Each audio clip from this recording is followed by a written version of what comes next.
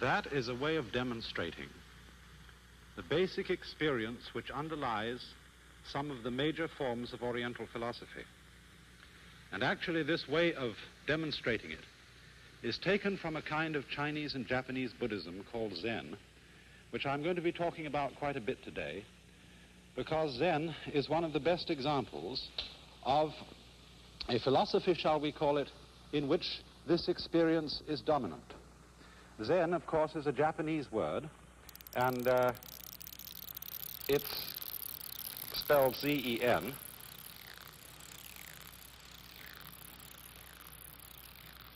And that is the Japanese way of pronouncing the Chinese word Chan. And this, in turn, is the Chinese way of pronouncing an Indian Sanskrit word, dhyana.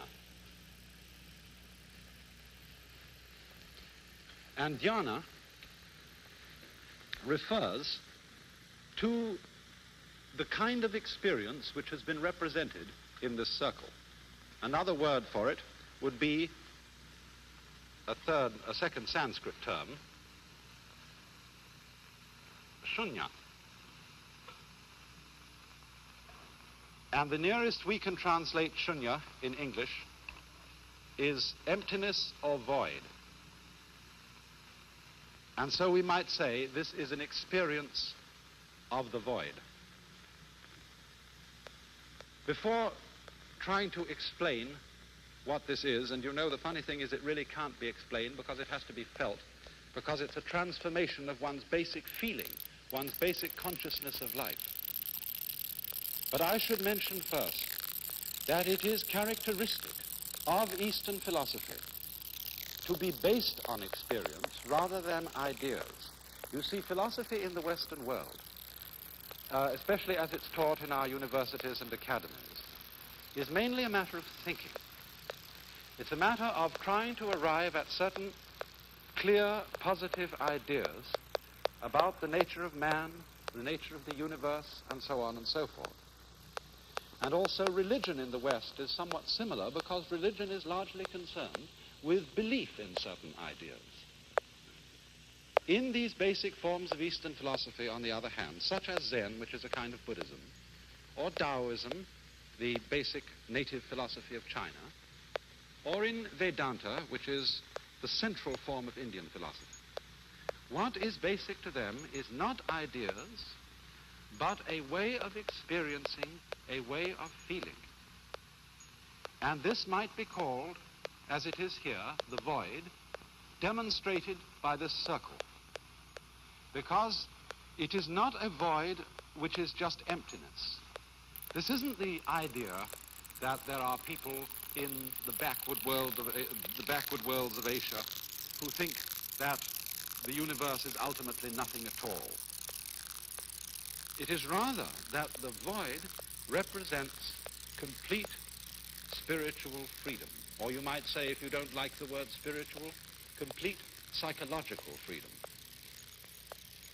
And therefore, I want to try, if I can, to communicate to you, to give you some idea of what this experience is. In Japanese, in Zen, it is called Satori. I'll write that down. It's an unfamiliar word. S-A-T-O-R-I.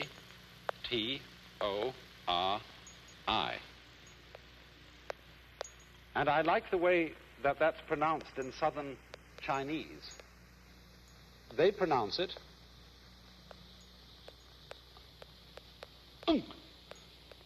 because it's something that happens to you suddenly.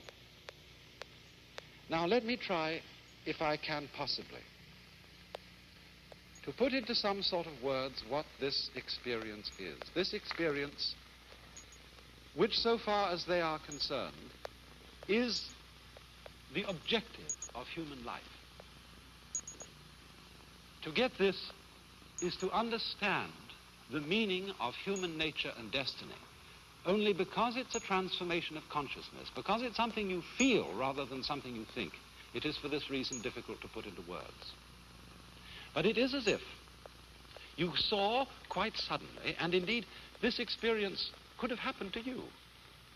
It can come without warning to anybody, and so what I'm going to be saying may strike a familiar ring in some ears. But it is as if quite suddenly you became totally convinced that the way everything is in this universe and at this moment is absolutely right. And that's almost putting it too weakly.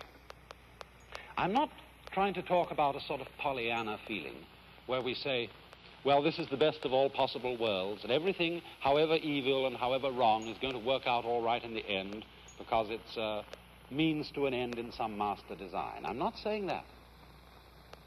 I'm saying it is suddenly feeling that everything is right the way it is now, however appalling, however terrible.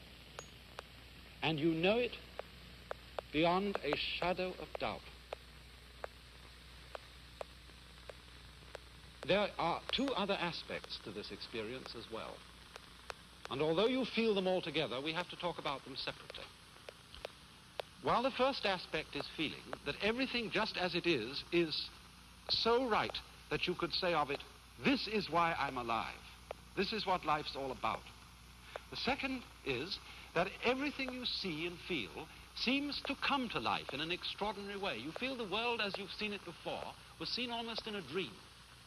But it is as if just the ordinary things that were confronting you suddenly went, yeah, and came alive. And the third aspect of it is that you no longer feel yourself and what you are experiencing to be separated. Although you don't lose the feeling of the outline of your skin, you don't forget that I, or Joe Dokes, is a possible name by which you can refer to yourself. Nevertheless, it suddenly seems to you that your skin is no longer what divides you from the world, it's what joins you to it. What you see outside you is also you. Now, we ordinarily restrict the idea of ego, of I-ness, or of you-ness to some sort of psychological entity or process inside us which is in control of things. And we identify ourselves with a sort of controlling center. But in this experience, it is as if that center were suddenly enlarged to include the whole universe. You almost feel as if you were God, except that in Eastern thought, one doesn't think of God as a kind of omnipotent person. I mean, there are lots of people in our asylums who say, well, I'm God. I always like the story of the woman who insisted that she was God. And to humor her, someone said, well, if you're God, will you please explain how you managed to create the universe in 6 days? She said, I never talk shop. It isn't feeling God in that sense, as if you could do anything. But it is feeling that you and this whole world are one. And that in this experience of oneness and the sudden coming alive of everything, and the profound rightness, that's the only word I can use, the profound rightness of each moment, of this moment, however far it may seem to be short of one's ideals of perfection. This is it. And you say, having seen this, I can die content. This is what it was all about. Now, you might think at the same time that an experience of this kind is rather dangerous. I mean, supposing one did become convinced that everything just as it is the ideal, is right. Would this mean that you could go out and murder some rich relative in order to inherit their fortune? Does it mean you can do anything you like? You can kick your father and mother, you can be cruel to your children, but you can steal and rob and anything. In a way, it does mean that. But that is only to say, isn't it, that we are free. And freedom is dangerous. But yet, freedom is one of the things which we cherish as one of our greatest possessions and privileges. But if we deny ourselves freedom, then we don't really have the power to act morally. because all true moral acts are not the acts we are bound to do. They are the acts we are free to do. But freedom is dangerous. The moment you teach a child to walk, you can teach it to kick its mother. The moment you teach a child to use a knife to cut up its steak with, the child can go and kill someone with a knife. Life is risky. Life is not safe. And so in the same way, this experience is not safe. But on the other hand, its content is so joyous that when people are profoundly happy, they are not in the mood, usually, to go out and flog someone. And so you might say, this experience, then, which is the foundation of these great forms of Oriental philosophy, that sounds wonderful. And I'd like to get it.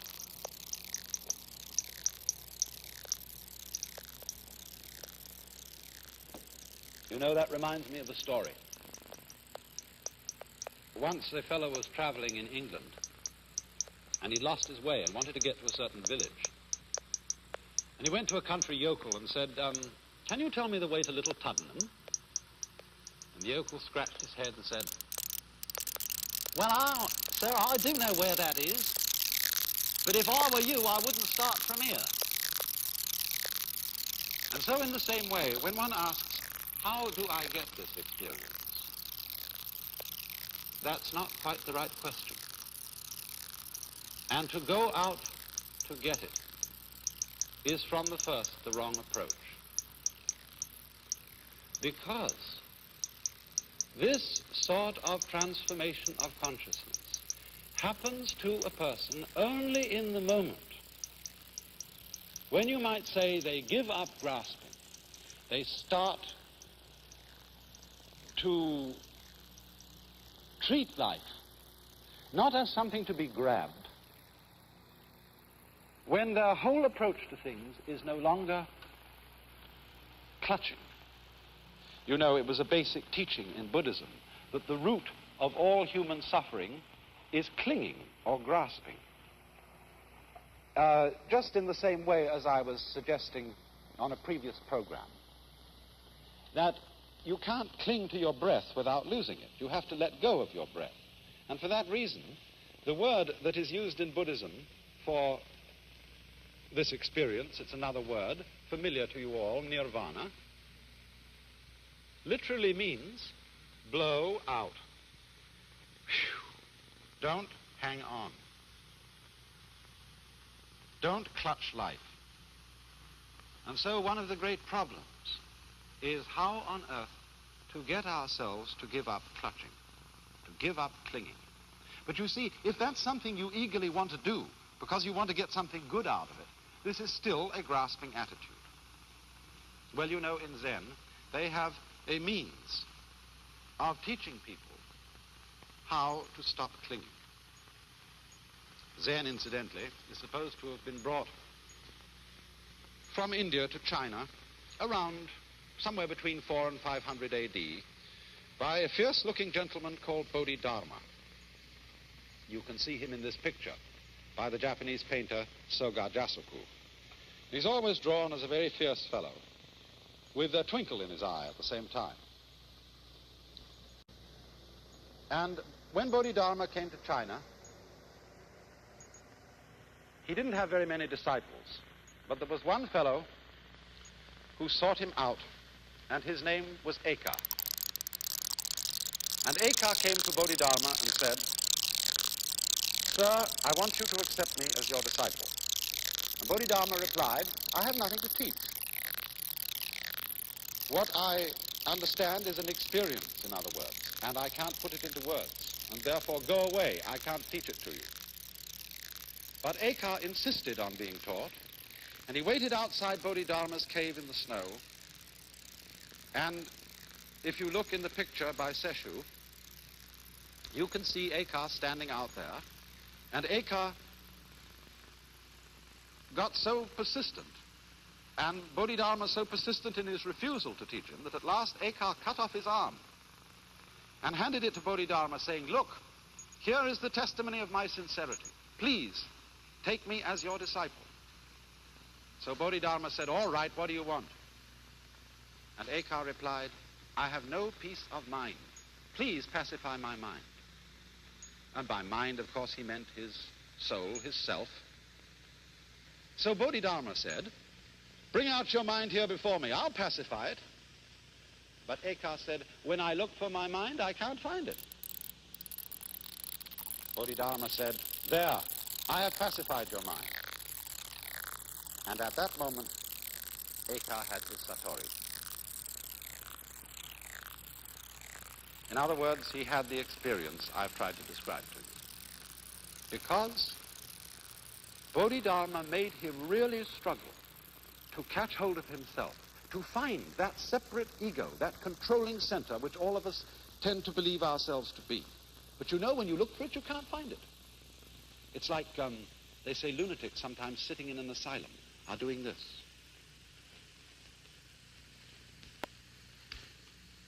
Yes, they sit for hours perhaps in a padded cell doing that, but you can't catch hold of it.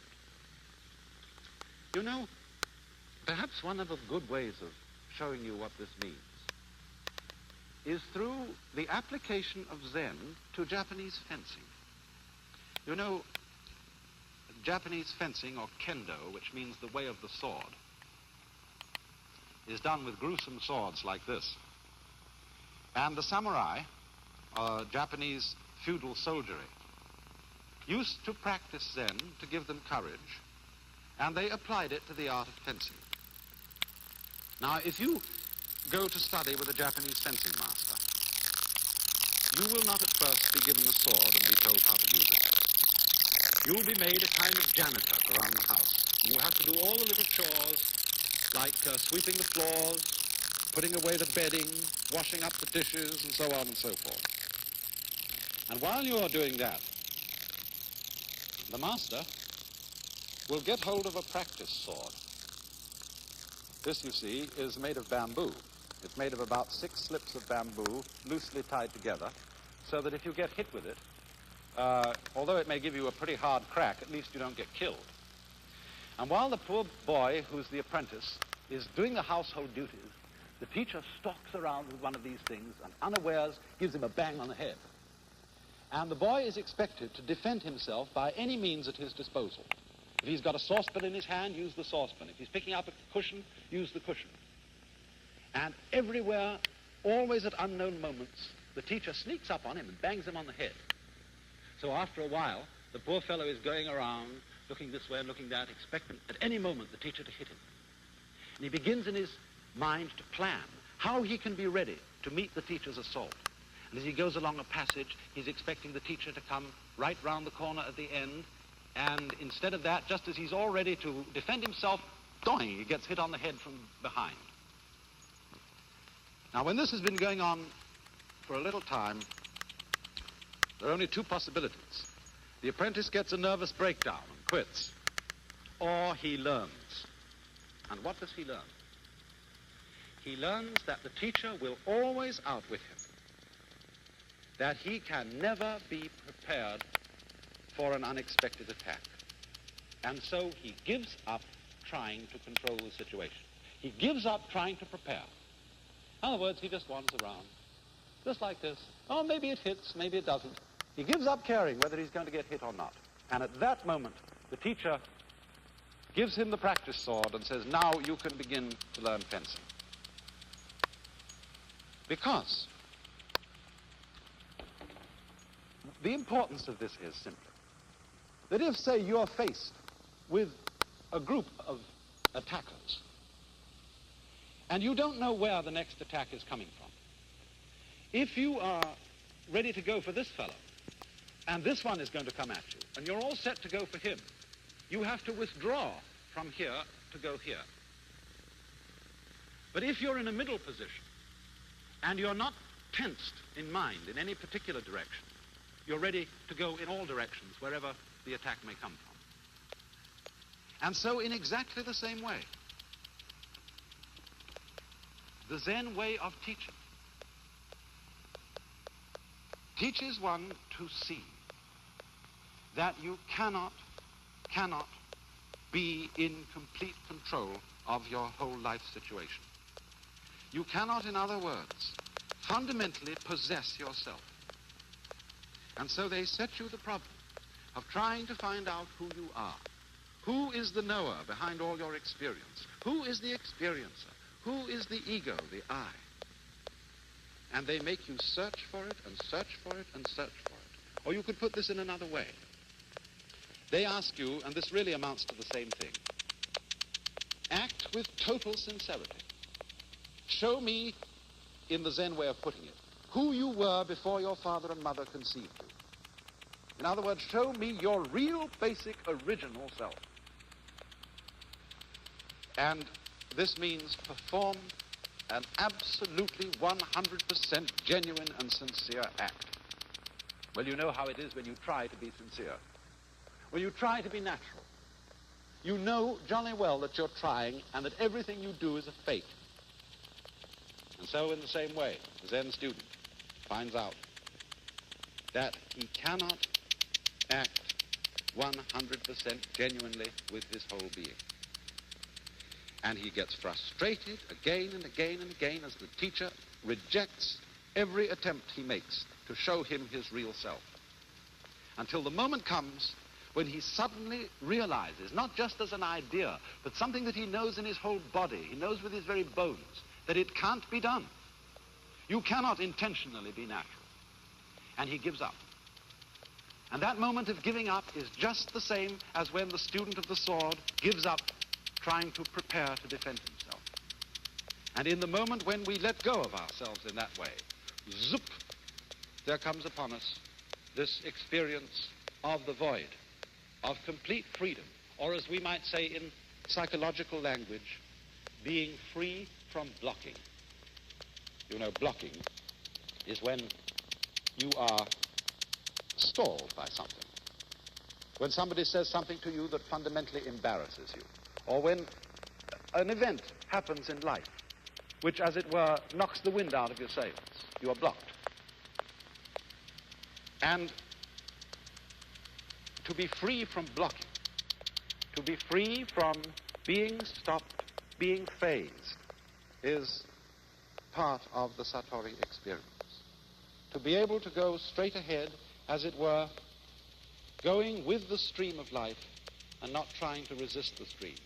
Just as, for example, if you were actually swimming and you got caught in a strong current, if you try to swim against it, you're perfectly sure to drown. But you have to learn in that situation to turn round and go with the stream, let it carry you, and then in that moment, you and the stream become one. The whole force of the stream becomes one with your own body. And you learn after that how to use the force of the stream, to edge to the side and get out of it in that way. This, of course, is the philosophy of judo, of the gentle way, a philosophy of self-defense in which Zen Buddhism has had a great influence. So then, when the moment of letting go comes, when we see that every moment of life is now it. In other words, the object of life is no longer seen as something to grasp after in the future. Every moment is it now.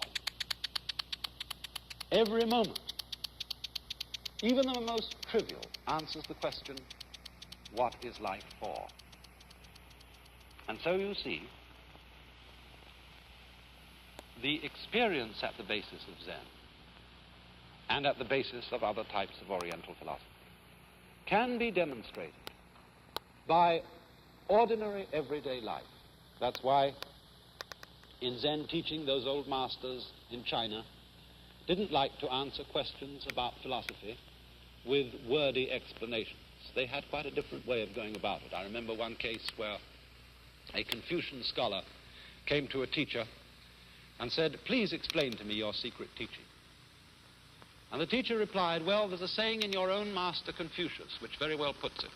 When Confucius said, 'My disciples, do you think I am holding anything back from you? Indeed, I am holding nothing back.'" And that was all he said. And so the Confucian scholar was a bit perturbed and said, "Well, what do you mean?" And the Zen teacher said, "Well, forget it. I don't want to talk about it anymore." Well, a few days later, They were walking together in the mountains, and they happened to pass a bush of wild laurel. And the Zen teacher turned to the Confucian scholar and said, "Do you smell it?" The scholar said, "Yes." "You see," said the teacher, "I'm keeping nothing back from you." And it said that at that moment, the scholar was awakened. So this is the characteristic approach of Zen, to answer questions about abstract, vast matters of philosophy with absolutely concrete momentary events. Because it is these concrete momentary events that are the answer. If they are experienced with a mind that is no longer clinging to life and clinging to itself, as I said, the trivial, the ordinary, the momentary suddenly comes zoop to life. And this, you see, this thing that we are living now is the answer. And so Zen teachers have said very strange things when asked philosophical questions. One of them said, "The cypress tree in the yard." Another said, 3 pounds of flax. Another said, "It's windy again this morning." Sometimes they don't say anything. There's a famous story of a Chinese general, I think he was, who came to one of the old masters and said to him, "What is the way?" And in answer, the master